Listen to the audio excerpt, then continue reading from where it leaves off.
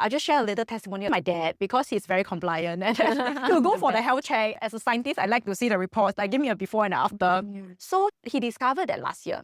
He had the H. pylori infection, he has gastritis, stomach ulcer, and I was like, okay, let's just take this, just every day consistently. And March this year, he went for the repeat test.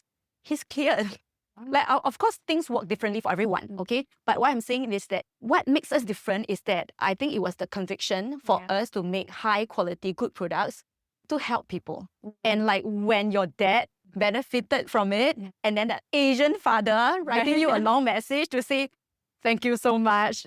Yeah, it just struck differently. I was like, oh, It's it was very probably moving. more price than any of the awards. Correct. Yeah, so when I saw the thank you message, I was like, wow, Wow, Asian that's dad. amazing. Hello and welcome to Make It Work, the bi-weekly podcast where we uncover inspiring stories of modern working mamas in Asia who have redefined their career paths whilst putting family first. Right. Hi, mamas. Hello, and welcome to another episode of Make It Work podcast with me, Sarah Wong, your host. And before I go to introduce my very exciting guest, I want to make a quick request. If any of the content that you've watched or listened to has inspired you or helped you in any way, please like and subscribe to this channel or any way you listen to the podcast, because it really encourages me in this labor of love and it really helps with the algorithm too. So thank you. And now for our guest, Dr. Cheryl Yeo. Hello. So Dr. Cheryl has a PhD, she's a PhD kind of doctor. And most importantly, she is a mom of two. And very interestingly, she has started her own healthcare supplement company right here in Singapore. It's called I Am Health. And even though it's 7 years, not very old, it's already making a lot of waves. There are a lot of celebrity endorsements, there's a lot of press, and it's award-winning. And what has really encouraged me with Cheryl's story is her path out of a very stable job in working in a lab to taking on multiple side gigs to make it work, which includes being a Grab Hitch driver for a period of time. So definitely want to hear about that part of your life, Cheryl. Sure. To where she is today, leading this probiotics company that is impacting lots of lives, and even my own child, because I purchase and use some of the products itself. So without further ado, Dr. Cheryl. Hi, everyone. Thank you for having me today. Yeah, thanks, Cheryl. Thank you for coming on. Please tell us your story in 2 minutes or less. Can we have 20 minutes? Okay, maybe very briefly, I started this company when my kids were under two.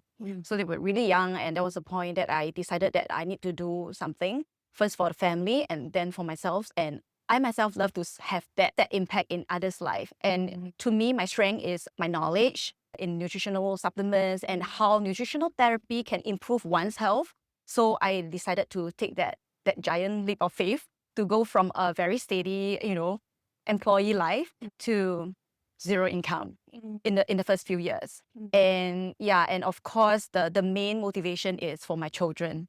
Yeah, because my husband travels a lot, and my parents, my in-laws they're not here in Singapore. So we don't have that village or kampong to support us. And time to time when, like kids, right? There will be, there's hand, foot, mouth disease in the school, and can you pick up your kids? I was like, in the middle of an experiment, I can't just leave, right? Or there were just too many of those incidents that made me think that, maybe it's time to do it like now or never. Wow.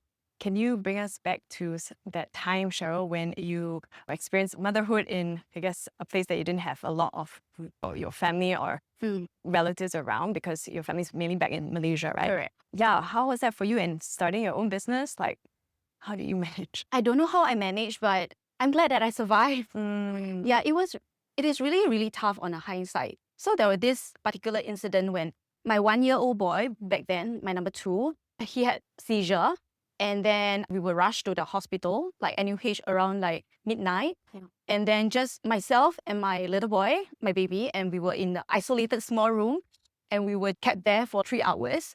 He was not sleeping. I was just carrying him, and I just stood there like in a very small area for like 3 hours before we got a hospital bed. And then the next day I had an important meeting. Wow. I was like, so do I take leave? But it is so sudden, right? There's no other arrangement that I can make. Or do I just stay with the kid? Or like, there's no best way to do this. But I decided that I need to make the change. And I'm sure that yeah, there can be a better way out first for the family and for myself and my future, our future. Mm. Sounds like it was a very pivotal kind of moment in your life as a Correct. mom. Yeah. Like that really sort of sealed in your memory as, Yeah, as yeah, yeah, something yeah. that like is a place where after that things changed. Yeah, I mean, it's still a process, but it was that moment that struck me. Before COVID, we don't work from home. Like most people don't get to work from home. So I was always joking with my friend, like, I work so hard so that I can work from home. And now after COVID, everyone can work from home. I mean, that's a good thing. It's just that, back then it wasn't common and we just have to be different, like do something else to make it happen, to make it work. Okay, yeah. Yeah. So what is something that you wish you knew before becoming a working mom?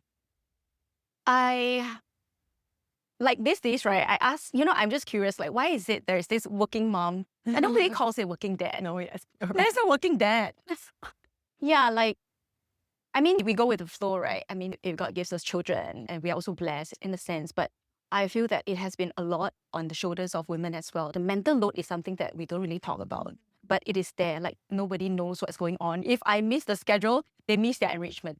They miss the spelling or things here that's happening the next day. So I feel that if we can be more prepared for the mental load that is to come, or the expectation of ourselves first as a mother, and also like how people view us, I think we can better manage it. Because sometimes it's also us. Like we want to do it all. A lot of us are like overachievers. We want to do it all, but eventually it will drain us. Yeah. Sounds like learning that's come through many years. Many years. Right. I feel it's many years. It's been a decade. Yeah. Yeah. So can you share about how you have maybe developed like some kind of systems for yourself, especially since your husband travels a lot? Like what are the support systems you have in place being a solo parent for the past, like you said, eight years or so? That's a good question. You made me realize I have never thought about it. Because I think internally, like instinctively, I'm a survivor. Like I have this to-die spirit naturally. And I'm also not used to seeking help. And I'm learning to seek help. Yeah, over like after so many years, right? Last time I would, even for all their meals, for their dinner, lunch, and I would cook everything. I do the grocery. Even I have a helper, but I just don't know how to let go. Or like, okay, I know better. I know how my kids like it. I know how to make it healthier. So eventually everything is on me. So these days, I think starting from last year, I'm just looking back and then like trying to make things better. And yeah, I learned to let go. Yeah, I learned to, why not? Yeah, you can cook that plate of veggie, right? That should be fine. Or like support system could be, like, I think my helper is really important. So like, I mean, we work very closely together. So like, how about this day? Because I have a meeting, can you pick the kid up from school? And then, so I think we make arrangement along the way. And my husband, when he's around, he would also help. It's just that his schedule doesn't quite permit his, just not around. Yeah, that's really challenging. And I really resonate with what you said about us being the limit of like not wanting to let go. As much as we talk about the burden being very burdensome, but sometimes we cling on to the burden. Correct. Like today, my husband was sending the kids off and I was just like thinking about all the, what is like, did he bring all the right stuff? It was raining, did he bring the umbrella? And then like, did he wear the right like pants for the, so I was asking him all these things after he came back, which on hindsight is very small and not necessarily important, but it's just burdens that I choose to like not let go. So I'm ready as well. I think the nesting instinct or like the mother instinct in us is so strong. It's so hard to let go. It was starting from like last year when my boy turned 10 years old. My boy was planning for his birthday. I did it alone, like everything alone. So, when I was like hanging the pinata, and then I almost fell from the height, but I was like, no one is here. I'm setting it up all by myself. I'm cleaning it all by myself. Like it's been 10 years. Do I really need to do this? And if not, how do I still give my kids a happy childhood without like stressing myself out so much? Yeah. Learning to let go. Then I decided that I can let it go a bit more. In Mandarin, it's like 放过自己. We can really 放过自己. A lot of times it's us. And fathers and children, right? Actually, they will survive. They will be fine. Yeah, maybe they won't have the best nutrition or like the socks, maybe one will not really be there. But like, I'll come back with like less, like one missing bottle, missing water bottle, missing this and that. But it's okay. It's okay. Yeah, you're right. It's okay. Yeah, it's okay. It's really okay. Yeah. Yeah, thanks so much for sharing that. I think it was your story about realizing after 10 years that you've been holding on to some of the things that not necessarily help you or serve you is quite a big shift, right? Yeah. And how you are looking at motherhood in the next decade, for example. Teenage years will be another ballgame altogether, right? It'll be completely different. So we also need to adjust, not only for ourselves, maybe for the children as well, right? We cannot be nagging too much. Yeah. It's for the good of everyone. Yeah, okay. So let's talk about the time that you left your stable job working in a lab. So Dr. Cheryl has a PhD in cellular biology and she's continued working in that field in a lab. But shortly after, because of the health scare with your child, I think you started to think differently about work. So tell us and bring us back to that time. Like it started to get the wheels in motion about thinking about leaving corporate so that you can have more freedom. Yeah. Tell us about that. Okay, I think it is for two main reasons, right? First is for the children, for the family, for the flexibility. Another is also that deep inside, I always want to have that impact that I can make in others' life and specifically in nutrition and helping others to become more healthy. And that gives me a lot of joy and satisfaction. Like personally, when I started diving into the world of nutritional supplements and micronutrients, I helped my dad, and then like he used to have like gout, non-alcoholic fatty liver disease, and really with like the right nutrition and all this, his report is all clear today. Oh, wow. And he didn't have any of those like injection that he needed for his joints and all this ever since. And I realized, hey, I can do this, and I know so much, and I want it for more people, and that really drives me. So there are like two main parts of me that push me to do this. But you know, when we have children, we can't just leave. We can't just quit and go with zero income. So I did plan it out a little bit. Like I started taking out side hustles so that, you know, I can have some income. So what I'm getting in was about 50% of my back then salary. I decided that, okay, this is the time because I can survive on my savings for a while. And then this little amount that would help. So I feel that with family, it cannot be completely impulsive as well. So it was also like a plan thing. But when we cannot expect to be, there isn't a perfect time. Right. But when it is about that, you know that you can just take it and then just do it. Like, yeah, there's no perfect time for many things, right? Like getting married, having children. There's no starting business. Yeah. So I think that's when I decided to do it. So it's quite calculated. You already were doing it whilst working full time. And then you was creating your own formulas. Correct. And then starting to sell them. Correct. Okay. I started small. I started with just one product and then with our own savings. Right. Wow. And this was in 2018? 2017, before I started the business. Right. Yeah. Right. Okay. And when I was ready, then we register. Yeah. So talk a little bit about that whole transition period with your multiple side gigs. Yeah, it is a lot of motivational talk in my inner world. Like, I can do this. I got this. Like, yeah, I have the best product. Like, this will help so many people. So it will work. But I don't have knowledge of like marketing, business, and all this background, right? So I just did whatever I could, right? Like based on common sense. Okay, maybe I just knock on doors, you know. Hi, would you like to learn more about this? But I was never a salesperson. Like I was in research for so many years. And yeah, so it was tough. So at some point, you know, I was driving from one venue to another to knock on doors. But then I was turned down. And then I decided that, hey, maybe in between, that's when I started doing Grab Hitch.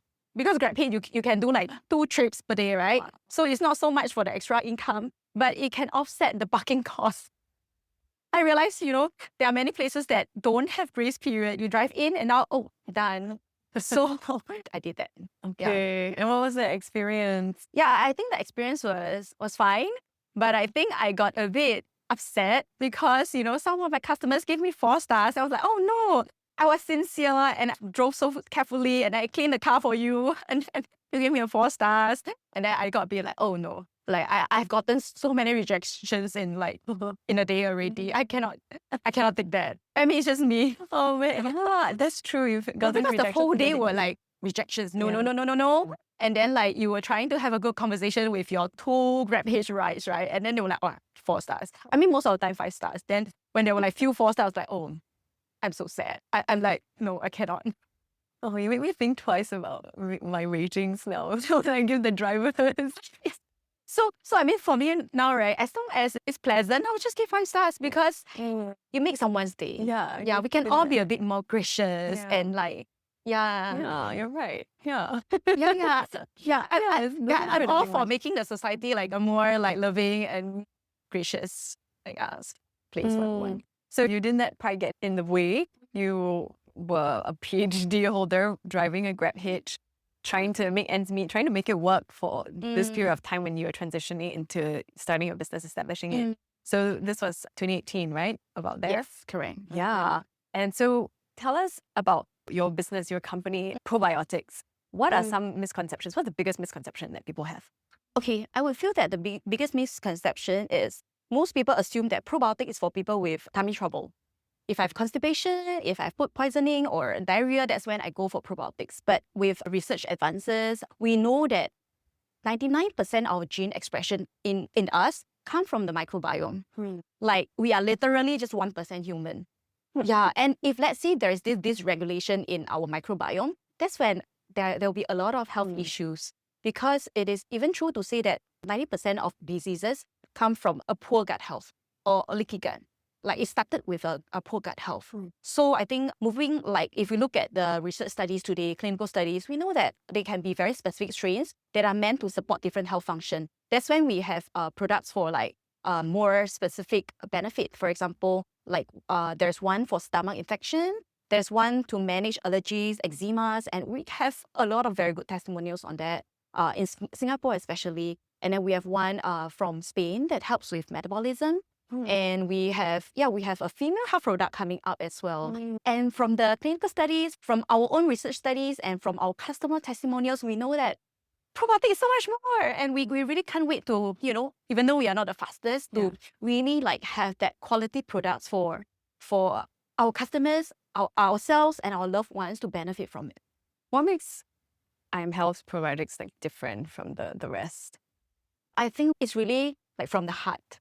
It's from the conviction. Like what I shared earlier on, right? It's like we want the product to work. We want the best for so many people. Like even ourselves, we want something that we will want to take every day and let our loved one take it. So one other example is that the blue color probiotic, we call it Vicopil. It is a strain that we got it from like a Germany company, and then they did a lot of research on like how it can reduce the stomach infection that is so common in Asians because we share food. So there's this bed bug called Helicobacter pylori, and almost half the world population has it in their stomach, but over 80% no symptom. So when there's no symptom, you don't know you have it, and you can pass it on. You may pass it to the people around you, and they have symptoms. And that is one of the, like according to WHO, that is a leading cause for stomach cancer, right? So it's so common, and there are so many people who have it, but we don't know what to do with it. But if we were to go for antibiotic treatment, it can be a bit harsh for children or elderly. So that's when we have that probiotic to help to minimize and lower the bacterial load. And I'll just share a little testimonial again. It's again my dad, because he's very compliant and to go for the health check. And as a scientist, I like to see the reports, like give me a before and after. So he discovered that last year. And then he had the H. pylori infection, he has gastritis, stomach ulcer, and I was like, okay, let's just take this just every day consistently. So he has been doing that, and then March this year, he went for the repeat test. He's cleared. Like, of course, things work differently for everyone, okay? But what I'm saying is that, what makes us different is that I think it was the conviction for us to make high quality, good products to help people. And like when your dad, benefited from it, and then the Asian father writing you a long message to say, thank you so much. And then it just struck differently. I was like, oh, it was very moving. More prize than any of the awards. Correct. Yeah, I was. To me, that was a lot more meaningful. Wow. Yeah. So when I saw the thank you message, I was like, wow, Asian dad. Yeah, wow. It's really tough. And I was like, Asian daughter, right? Yeah, you're welcome. but inside me, I was like, oh, like, what else can I say? Print it out and bring it. Correct. I have to do a screenshot. Yeah. I'm curious, actually, this is a bit off the script, but I'm curious if that is, your products are tailored in any way to the Asian microbiome? I would say that all the products, right, when it's probiotic products, the dosage used is clinically tested to work. So like we make sure that they are optimal dosage. Apart from the probiotic, let's say we look at the Vicome for weight management, I added in like vitamin B complex, vitamin D, zinc, and also like alpha lipoic acid. And that part is also tailored for our like Asian needs because it is very common for even in Singaporeans to be deficient in vitamin D. As long as we put on sunscreen or like nobody walk under the sun around noon, right? And then about 76% of Singaporeans are deficient in vitamin D. Oh. So, but when we have low vitamin D, that's when we can have like abdominal obesity and like lowered immunity and many other health issues, including bone and heart. So like in a metabolic health product, so apart from like supporting the weight management, I wanted to support the metabolic health because it's at the end of the day, it's not like, oh, I'm losing 3 kg in like a super short period of time. That's a bit scary. Yeah, so I want it to be sustainable, like something you can turn to manage your weight without worrying that it will have some side effect on your health. Something that you can take and then feel healthier along the way. So that part was tailored to like Asian needs. And vitamin B deficiency is also very common in Singaporeans and Asians. Okay, vitamin B. B complex. Oh, okay. So what you're saying is that you are actually increasing kind of like these additional supplements in the main micronutrients correct, in the correct. main. To complement the benefit that we are claiming or we are sharing about. Wow. I feel like we've also covered about how your scientific background has really supported your work in this and how you created it, right? So how about in learning in your business side, right? You have all the science and all the research, you know how to create this, but how do you actually start selling it? That's the story. Yeah, back to that crazy early days. I think we were just very passionate, but not knowing that it's not so simple. We just like, yeah, it's just that I can do it and they are so good and it'll be fine. But I really don't know about marketing. I'm so bad. And I want to ask, like, who was involved in your business in the early days? I have my sister in the picture and she's also a very talented lady and like, but she has her own career. So so I have a very small team when we first started. None of us really know business. So it was very much organic growth. The turning point was when there was this celebrity, her name is Tracy Lee. She's a single mom and the boy was around 1 year old. 1 or 2, I can't remember exactly. I think toddler. When he had very bad flare-ups, he had very bad eczema and like he was seeing doctors, like 7 doctors in a week. But then, it wasn't getting better in a sense. So like a friend recommended like, hey, you are seeking solution, right? If let's say this would help and this is not medicine and there's no side effect, why not let your boy try it? So I met her, I passed her some Vicosa. And then the boy, within weeks, less than a month, he saw very good improvement. So we have all the before, after. I mean, like he saw so much improvement and this is what drives us, right? And then without asking, she was so kind. She shared it on her social media. Wow. And it went like, like one day, we were having dinner at home. Oh, wow, there's so many orders coming in. And then she tagged our Instagram account. And back then we only had like 1 or 2 posts. We were not active. We were just very passive about things. We were not aggressive people. So it's like, oh, there are a lot of followers. Like people are following us and there's nothing. So let's just do something about it. So on that day, that was the day that we posted the most. And then so then that's when we started having, people trying out our products. And then ever since then, it was still a lot of like organic growth, word of mouth. Yeah.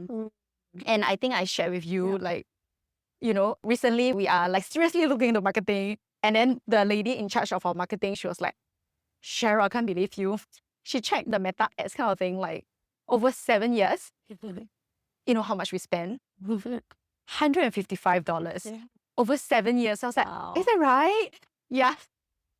So I think it's also grace. Yeah. God's grace. And Wow. we are.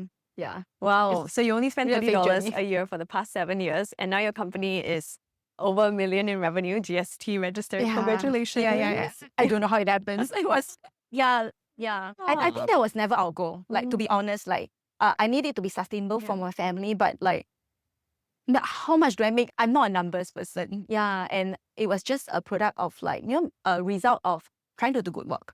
Yeah. That just come. Yeah. Wow, that's really amazing. Yeah. So this was in 2023 Yeah, when you're correct. Then we hit when the- GST registered. correct. Wow. And you started out with the intention of having better control and balance with your schedule. How has that worked out?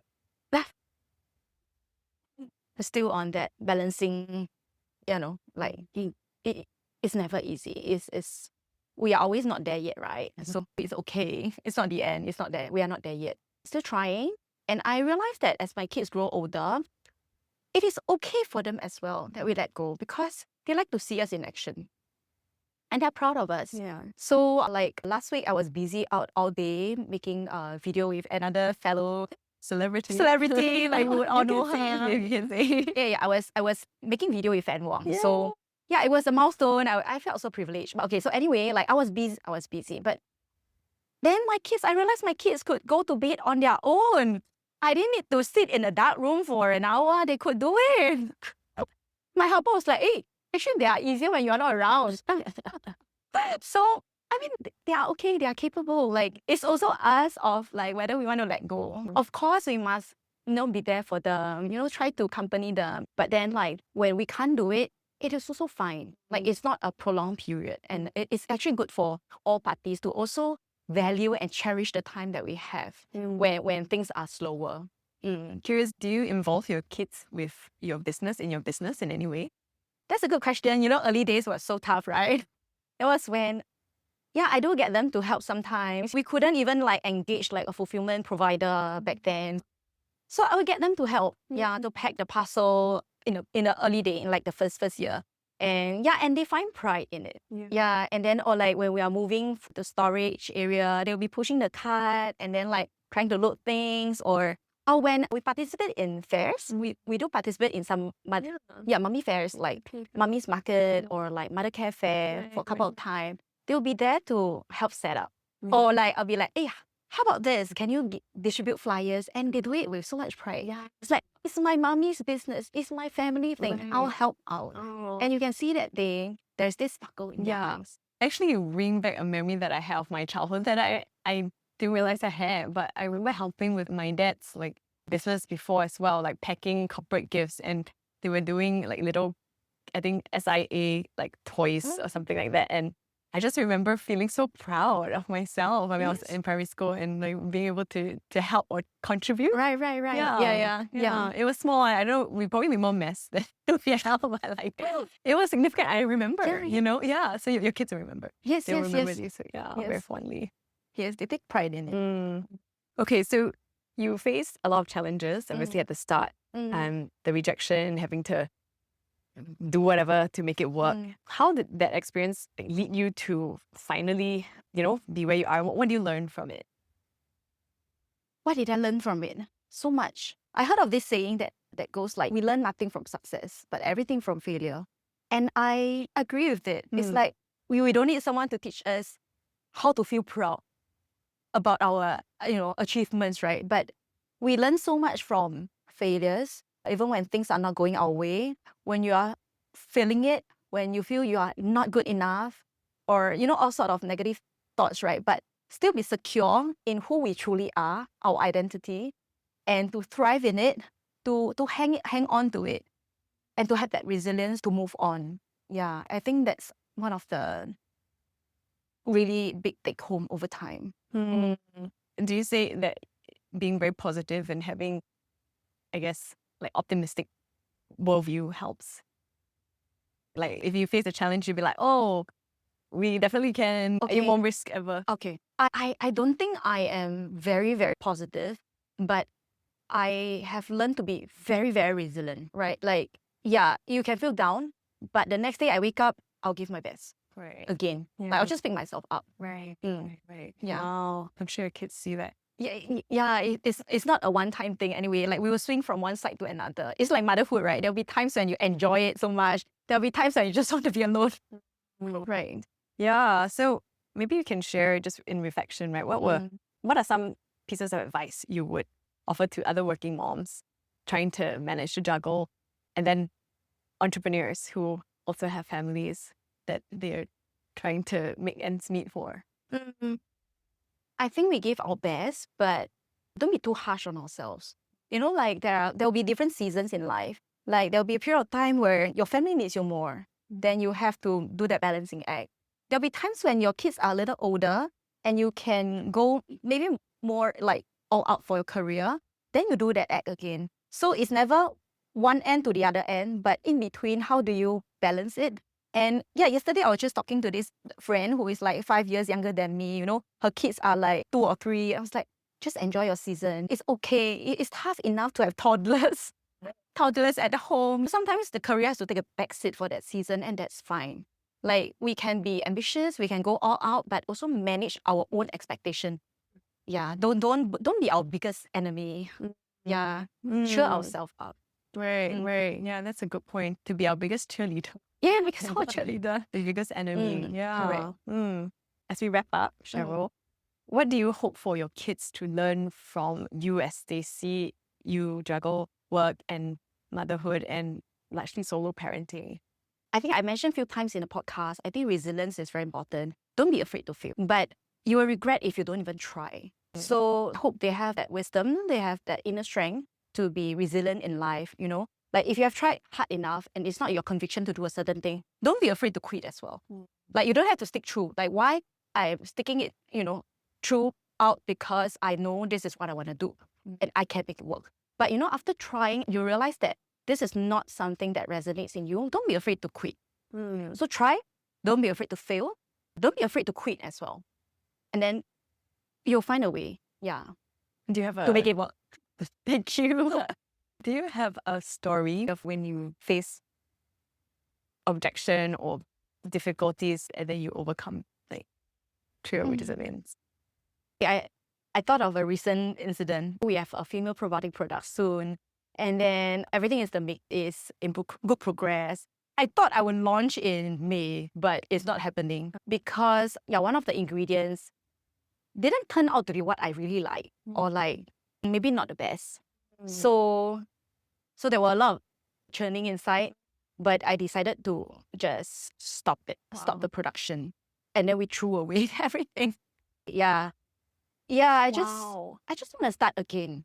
Yeah. Wow. Okay. So I think, like, I'll just be honest, it's not an easy decision to make, right? Like, because there are costs, like business decision, but there are also my personal conviction. There are so many things in play. Right. It's not so straightforward, but really after a period of consideration, I decided to, let's start again. Wow. So that's why there's a delay in the product launch. And I had an event with my important clients, venue booked. It was supposed to be a product launch event.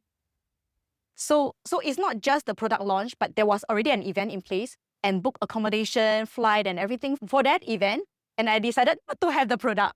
So it was tough. Right. But I did it anyway. Right. So I think that's resilience, right? I mean, I think it speaks also of your high level of your expectation for the product and how much you care about what goes in there. Yes. And I think it's also because it's a female product for you and I, or like myself, gonna take it every day. And yeah, I'd rather start it all over again than to go with something that I'm not exactly happy with. Yeah. Amazing. Okay. Yeah, I think that's a very powerful story of just that level of quality control that you have that stems from your That's painful. Wow. Okay. Well, now I almost like feel like, okay, sign me up for the wait list, you know, for their products. I don't have to. And do you have any like last words? Anything that you feel like you missed out that you'd like to tell our listeners? I'm happy to be here, to be sharing my little stories. But I do think that everyone has a different journey. And yeah, don't be too harsh on ourselves. Just let it go and, you know, just pace ourselves. Motherhood is already very, very tough. Very, very tough. Yeah. So let's be kinder and to ourselves first, then to one another. Yeah. Yeah, it's the hardest, best thing. Yes. So, signature question for you, Cheryl. Can we have it all? We don't need to have it all. And I'm fine with it as well. Like, that's how I feel. Contentment is key. Yeah. That's amazing. Thank you. Thank you so much. And before we wrap up, we'd just like to thank Cheryl for the kind discount that she has offered to listeners. Just use the code MakeItWork10 when you check out for a 10% discount. And yeah, definitely check out the products that Cheryl has. Well, my kid is on it because he also has eczema, unfortunately. All right, thank you so much, Cheryl. Welcome. Thanks for having me. Bye. Thank you for listening to Make It Work, where we uncover inspiring stories of modern working mamas in Asia who have redefined their careers whilst putting family first. Please help others discover the show by leaving a review and rating on wherever you get your podcasts. Don't forget to follow us on Instagram, LinkedIn, YouTube, and TikTok. Meanwhile, here's to you, making it work.